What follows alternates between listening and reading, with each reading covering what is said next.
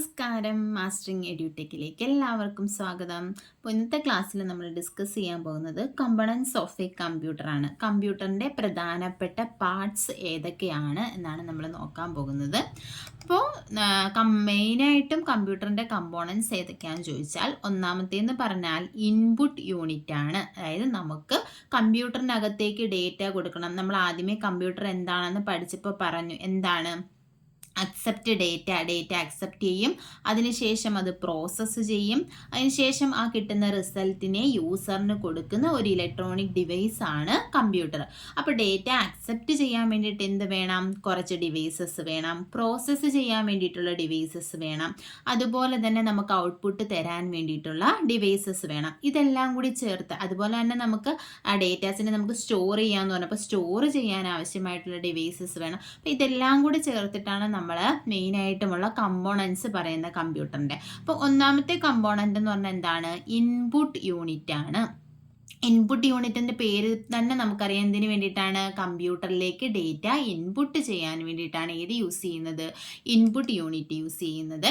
രണ്ടാമത്തേന്ന് പറഞ്ഞാൽ central processing unit, അല്ലെങ്കിൽ നമ്മുടെ CPU. എല്ലാവർക്കും അറിയാവുന്നതാണ്. CPU എന്ന് കേട്ടിട്ടില്ലാത്ത ആരും കാണത്തില്ല. അപ്പോൾ CPU നമ്മൾ പഠിച്ചിട്ടുണ്ട്. ബ്രെയിൻ ഓഫ് ദ കമ്പ്യൂട്ടർ എന്നൊക്കെ അറിയപ്പെടുന്നത് ആരാണ്? CPU ആണ്. ഇനി മൂന്നാമത്തെ എന്താണ്? ഔട്ട്പുട്ട് യൂണിറ്റ് ആണ്. നമുക്ക് ആ റിസൾട്ട് തിരിച്ചു തരണമെങ്കിൽ എന്ത് വേണം? ഔട്ട്പുട്ട് ഡിവൈസസ് വേണം. അടുത്ത എന്താണ്? Mother board. മദർ ബോർഡ് എന്ന് പറഞ്ഞാൽ ഒരു ക്രൂഷ്യൽ കമ്പോണൻ്റ് ആണ്, അല്ലെങ്കിൽ ഒരു ഇമ്പോർട്ടൻ്റ് ആയിട്ടുള്ള ഒരു പാർട്ടാണ്. എല്ലാ ഡിവൈസസിനെയും കണക്ട് ചെയ്യുന്നത് ഏത് വഴിയാണ്? മദർ ബോർഡ് വഴിയാണ്. ഡീറ്റെയിൽഡ് ആയിട്ട് പഠിക്കാം. അടുത്തതെന്ന് പറഞ്ഞാൽ എന്താണ്? റാൻഡം ആക്സസ് മെമ്മറി, റാം അല്ലെങ്കിൽ പ്രൈമറി മെമ്മറി എന്നൊക്കെ പറയുന്നതാണ്. ഏത്? അഞ്ചാമത്തെ ഡിവൈസ് എന്ന് പറയുന്നത്, അതായത് നമ്മുടെ മെമ്മറി അത് സ്റ്റോർ ചെയ്യാൻ യൂസ് ചെയ്യുന്നതാണ് ഏത്? മെമ്മറി എന്ന് പറയുന്നത്. ഇപ്പം നോക്കിയേ, നമുക്ക് ഡീറ്റെയിൽഡ് ആയിട്ട് നോക്കാം. പിന്നെ വരുന്നത് പവർ സപ്ലൈ യൂണിറ്റ് ആണ്. എന്താ? നമുക്ക് ഇലക്ട്രിക് ഡിവൈസ് ആണ്, ഇലക്ട്രോണിക് ഡിവൈസ് ആണെന്ന് പറയാം. അപ്പോൾ എന്ത് വേണം? എന്തായാലും പവർ സപ്ലൈ വേണം. അപ്പം നോക്കിയേ, ഇത് ഒരു ഫിഗർ വെച്ചിട്ട് നമുക്ക് ഡിസ്കസ് ചെയ്യാം. ഇതാണ് ഒരു കമ്പ്യൂട്ടർ സിസ്റ്റം എന്ന് പറയുന്നത്. അപ്പോൾ അതിനകത്ത് എന്തൊക്കെ വരും? ഇൻപുട്ട് യൂണിറ്റ് വരും. ഇൻപുട്ട് യൂണിറ്റിൽ മെയിനായിട്ട് വരുന്നത് ഇൻപുട്ട് ഡിവൈസസ് ആണ്. ഈ ഇൻപുട്ട് യൂണിറ്റ് വഴി നമ്മൾ ഡേറ്റാസ് കൊടുക്കും. ഡേറ്റാസ് കൊടുക്കുന്ന ഡേറ്റ എങ്ങോട്ട് പോകും? CPU അല്ലെങ്കിൽ സെൻട്രൽ പ്രോസസ്സിംഗ് യൂണിറ്റിലേക്ക് പോകും. അപ്പോൾ ഈ CPUവിന് മെയിനായിട്ട് 3 പാർട്സ് ആണുള്ളത്. അരിത്തമെറ്റിക് ആൻഡ് ലോജിക് യൂണിറ്റ് നമ്മൾ ഡിസ്കസ് ചെയ്യും ഡീറ്റെയിൽഡ് ആയിട്ട്. അപ്പം ഈ ഒരു ഫിഗർ വെച്ച് ഓർത്ത് വെക്കുക. ഇൻപുട്ട് യൂണിറ്റിൽ നിന്നും നേരെ CPUയിലേക്ക് പോകും. CPUയിൽ 3 പാർട്സ് ഉണ്ട്. Arithmetic and logic unit, control unit and primary memory unit. അതുപോലെ തന്നെ ഇതിന് താഴെ എന്തുണ്ട്? ഒരു സെക്കൻഡറി മെമ്മറിയും ഉണ്ട്. അപ്പം ഞാൻ കാണിച്ചു തരാം. എന്തുണ്ട്? ഇവിടെ ഒരു സെക്കൻഡറി മെമ്മറി ഉണ്ട്. അതുപോലെ തന്നെ എന്തുണ്ട്? ഔട്ട്പുട്ട് യൂണിറ്റ് ഉണ്ട്. അപ്പം നോക്കിയേ, ഇപ്പോൾ ഈ ഇൻപുട്ട് യൂണിറ്റ് വഴി ഇൻപുട്ട് നമ്മൾ കൊടുക്കുന്നു, അത് CPUയിലേക്ക് പോകുന്നു. CPUവിൽ എന്തൊക്കെ പ്രോസസ്സാണോ നടക്കേണ്ടുന്നത്, അതായത് അരിത്തമെറ്റിക്കോ ലോജിക്കോ ആയിട്ടുള്ള കാൽക്കുലേഷൻ ഉണ്ടെങ്കിൽ ALU അത് പെർഫോം ചെയ്യും. എല്ലാ ഓപ്പറേഷൻസിനെയും കൺട്രോൾ ചെയ്യുന്നത് ആരാണ്? കൺട്രോൾ യൂണിറ്റ് ആണ്. സ്റ്റോർ ചെയ്യുന്നത് എവിടെയാണ്? Primary memory. റൺ ചെയ്തുകൊണ്ടിരിക്കുകയാണെന്നുണ്ടെങ്കിൽ അത് പ്രൈമറി മെമ്മറിയിൽ സ്റ്റോർ ആകും. ഇനി എക്സ്റ്റേണൽ ആയിട്ടുള്ള നമുക്ക് സെക്കൻഡറി മെമ്മറിയിൽ നമുക്ക് പെർമനൻ്റ് ആയിട്ട് സ്റ്റോർ ചെയ്ത് വെക്കണമെങ്കിൽ സെക്കൻഡറി മെമ്മറി യൂസ് ചെയ്യാം. അപ്പോൾ സെക്കൻഡറി മെമ്മറിയിൽ സ്റ്റോർ ചെയ്യാം. അതല്ല നമ്മളിവിടെ പ്രോസസ്സ് ചെയ്തതിനെ അതേപോലെ നമുക്ക് ഡിസ്പ്ലേ ചെയ്യണമെങ്കിൽ അത് എങ്ങോട്ട് പോകണം? ഔട്ട്പുട്ട് യൂണിറ്റിലേക്ക് പോകണം. അപ്പോൾ ഇൻപുട്ട് കൊടുക്കുന്നു, CPU അതിനെ എന്ത് ചെയ്യുന്നു? വേണ്ട പ്രോസസ്സ് ചെയ്യുന്നു, ഔട്ട്പുട്ട് യൂണിറ്റിലേക്ക് കൊടുക്കുന്നു. ഇവിടെ കണ്ടോ ഈ ആരോസ് പോയിക്കുന്നേ? അരിത്തമെറ്റിക് ആൻഡ് ലോജിക് യൂണിറ്റിൽ പോയി. അരിത്തമെറ്റിക് കാൽക്കുലേഷൻ ഉണ്ടെങ്കിൽ ചെയ്തു. എവിടെ പോവും? കൺട്രോൾ യൂണിറ്റിൽ പോവും. താൽക്കാലികമായിട്ട് മെമ്മറിയിൽ സ്റ്റോർ ചെയ്യും. ഇനി അതല്ല പെർമനൻ്റ് ആയിട്ട് വേണമെങ്കിൽ സെക്കൻഡറി മെമ്മറി സ്റ്റോർ ചെയ്യും. ഇതിന് ശേഷം സ്റ്റോർ ചെയ്ത് നമുക്ക് റിട്രീവ് ചെയ്യണമെങ്കിൽ എങ്ങനെ വരും? നമുക്ക് ഔട്ട്പുട്ട് യൂണിറ്റിലേക്ക് ഇത് പോകും. ഇങ്ങനെ വേണം. അതാണ് ഈ ആരോ അങ്ങോട്ടും ഇങ്ങോട്ടും കൊടുത്തിരിക്കുന്നത്. ഈ എല്ലാ ഡയറക്ഷനിലും എന്തുണ്ടാകും? ഡേറ്റ ഫ്ലോ ഉണ്ടാകും. അപ്പോൾ ഇതാണ് കമ്പ്യൂട്ടറിൻ്റെ മെയിനായിട്ടുമുള്ള കമ്പോണൻസ് എന്ന് പറയുന്ന. ഇൻപുട്ട് യൂണിറ്റ് ഉണ്ട്, സെൻട്രൽ പ്രോസസ്സിംഗ് യൂണിറ്റ് ഉണ്ട്, ഔട്ട്പുട്ട് യൂണിറ്റ് ഉണ്ട്. ഇനി നോക്കിയേ, നമുക്ക് ഓരോന്നും ഡിസ്കസ് ചെയ്യാം. ആദ്യത്തെ എന്ന് പറയുന്നത് ഇൻപുട്ട് യൂണിറ്റ് ആണ്. The input unit consist of input devices that are attached to the computer. അപ്പോൾ ഇൻപുട്ട് യൂണിറ്റിൽ എന്തൊക്കെയാണ് വരുന്നത് നമ്മളിപ്പോൾ പറഞ്ഞു. എന്താണ് ഇൻപുട്ട് ഡിവൈസസ്? കമ്പ്യൂട്ടറുമായിട്ട് അറ്റാച്ച് ചെയ്തിട്ടുള്ള എല്ലാ ഇൻപുട്ട് ഡിവൈസസും എവിടെയാണ് വരുന്നത്? ഇൻപുട്ട് യൂണിറ്റിലാണ് വരുന്നത്. അപ്പോൾ ഈ ഇൻപുട്ട് ഡിവൈസസ് എന്താണ് ചെയ്യുന്നത്? These device take input. അവ എന്ത് ചെയ്യും? നമ്മൾ കൊടുക്കുന്ന ഇൻപുട്ട്, ഇപ്പോൾ ടെക്സ്റ്റ് ആണെങ്കിലോ അല്ലെങ്കിൽ ഗ്രാഫിക്സ് ആണെങ്കിലോ എന്ത് ഇൻപുട്ടാണോ നമ്മൾ കൊടുക്കുന്നത് ആ ഇൻപുട്ടിനെ അത് സ്വീകരിക്കും. And convert it into binary language. അതിനെ എങ്ങനെ കൺവേർട്ട് ചെയ്യും? ബൈനറി ലാംഗ്വേജിലേക്ക് കൺവേർട്ട് ചെയ്യും. എന്തിനു വേണ്ടിയിട്ടാണ്? കമ്പ്യൂട്ടറിന് മനസ്സിലാവാൻ. നമ്മൾ കൊടുക്കുന്ന, ഇപ്പോൾ നമ്മൾ 1 2 3 ABCD കൊടുത്താൽ കമ്പ്യൂട്ടറിന് അത് മനസ്സിലാവത്തില്ല. അപ്പോൾ അതിനെ എന്ത് ചെയ്യണം? കമ്പ്യൂട്ടറിന് മനസ്സിലാവുന്ന മെഷീൻ ലാംഗ്വേജിലേക്ക് അതിനെ കൺവേർട്ട് ചെയ്യണം. അപ്പോൾ ഇൻപുട്ട് ഡിവൈസ് എന്ത് ചെയ്യും? ഇൻപുട്ടിനെ സ്വീകരിച്ചിട്ട് കമ്പ്യൂട്ടറിലേക്ക് കൊടുക്കും. എങ്ങനെയാണ്? ബൈനറി ലാംഗ്വേജിൽ, കമ്പ്യൂട്ടറിന് മനസ്സിലാവുന്ന ബൈനറി ലാംഗ്വേജിലേക്ക് കൺവേർട്ട് ചെയ്ത് ഇത് നമ്മുടെ CPU കൊടുക്കും. ഇതാണ് ഇൻപുട്ട് ചെയ്യുന്നത്. മെയിനായിട്ടുമുള്ള ഇൻപുട്ട് ഡിവൈസസ് ഏതൊക്കെയാണ്? Keyboard, mouse, joystick, scanner, barcode reader, അങ്ങനെയൊക്കെ പറയുന്ന ഒരുപാട് ഇൻപുട്ട് ഡിവൈസസ് ഉണ്ട്. ഇൻപുട്ട് ഡിവൈസസിനെ പറ്റി നമ്മൾ ഡീറ്റെയിൽഡ് ആയിട്ട് പഠിക്കുന്നുണ്ട്. അപ്പം മെയിനായിട്ടുള്ള ഏറ്റവും ഇമ്പോർട്ടൻ്റ് ആയിട്ടുള്ള ഇൻപുട്ട് ഡിവൈസ് അല്ലെങ്കിൽ പ്രൈമറി ഇൻപുട്ട് ഡിവൈസ് ഏതാണെന്ന് ചോദിച്ചാൽ ഏതാണ്? കീബോർഡാണ്. ഇപ്പം നോക്കി, ഇനി രണ്ടാമത്തെ എന്താണ്? സെൻട്രൽ പ്രോസസ്സിംഗ് യൂണിറ്റ് അല്ലെങ്കിൽ CPU, brain of the computer എന്നറിയപ്പെടുന്നത് ആരെയാണ്? ഈ CPU-നെയാണ് നമ്മുടെ കമ്പ്യൂട്ടറിൻ്റെ ബ്രെയിൻ എന്നറിയപ്പെടുന്നത്. എന്തുകൊണ്ടാണ്? It controls everything the computer does. Computer ചെയ്യുന്ന എല്ലാ കാര്യങ്ങളെയും കൺട്രോൾ ചെയ്യുന്നത് അല്ലെങ്കിൽ മാനേജ് ചെയ്യുന്നത് ആരാണ്? CPU ആണ്. നമ്മൾ കണ്ടില്ലേ, CPU-ൽ മെയിനായിട്ട് 3 പാർട്സ് ഉണ്ട്. ALU ഉണ്ട്, അതുപോലെ തന്നെ കൺട്രോൾ യൂണിറ്റ് ഉണ്ട്, അതുപോലെ തന്നെ മെമ്മറി യൂണിറ്റ് ഉണ്ട്. ഇതിനെ എല്ലാം കൺട്രോൾ ചെയ്യുന്നത് എവിടെയാണ്? CPU-ലാണ്.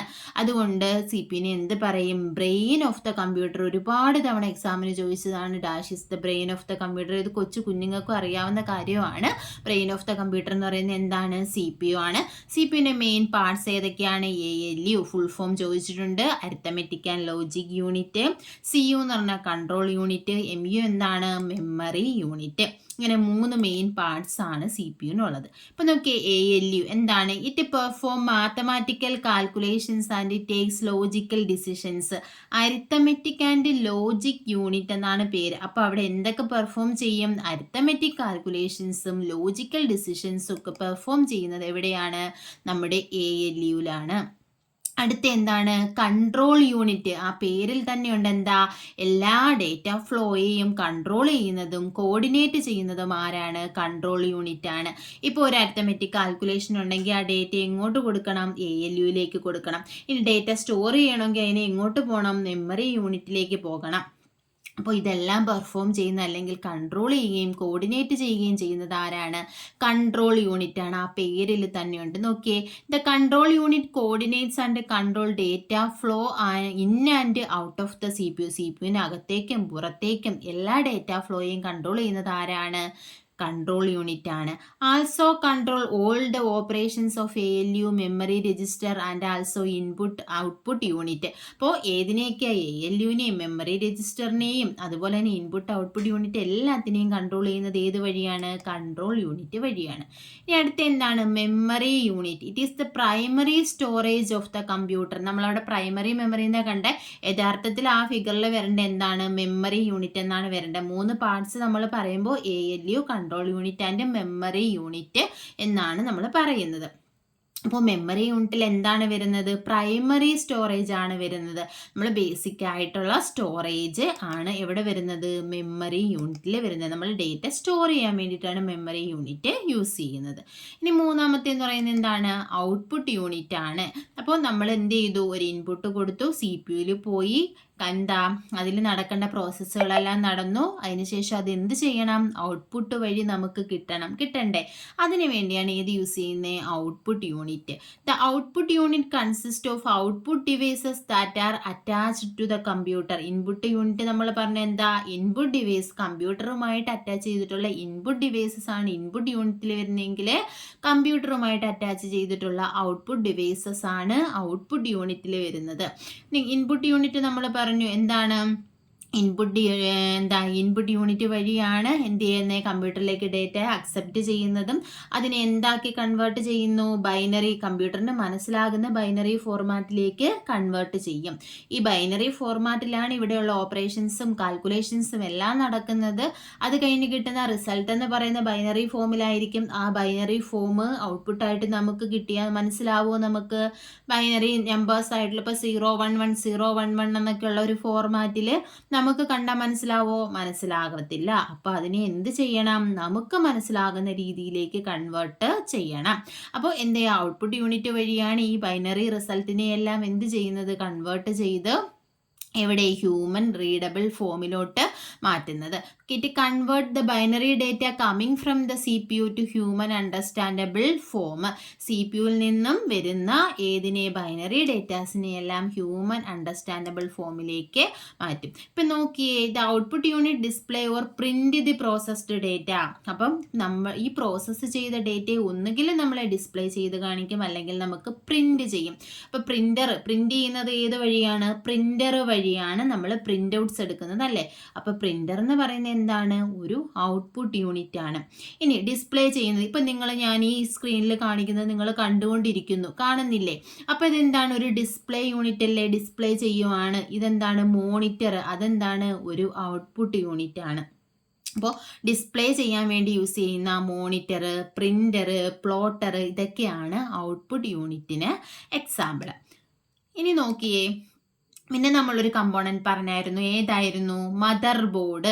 നമ്മൾ ഈ പറഞ്ഞ 3 കമ്പോണൻസാണ് മെയിനായിട്ടും ഉള്ളത്. പിന്നെ അതിൻ്റെ ബാക്കിയുള്ള ഇമ്പോർട്ടൻ്റ് ആയിട്ടുള്ള പാർട്സാണ് നമ്മൾ പറയുന്നത്.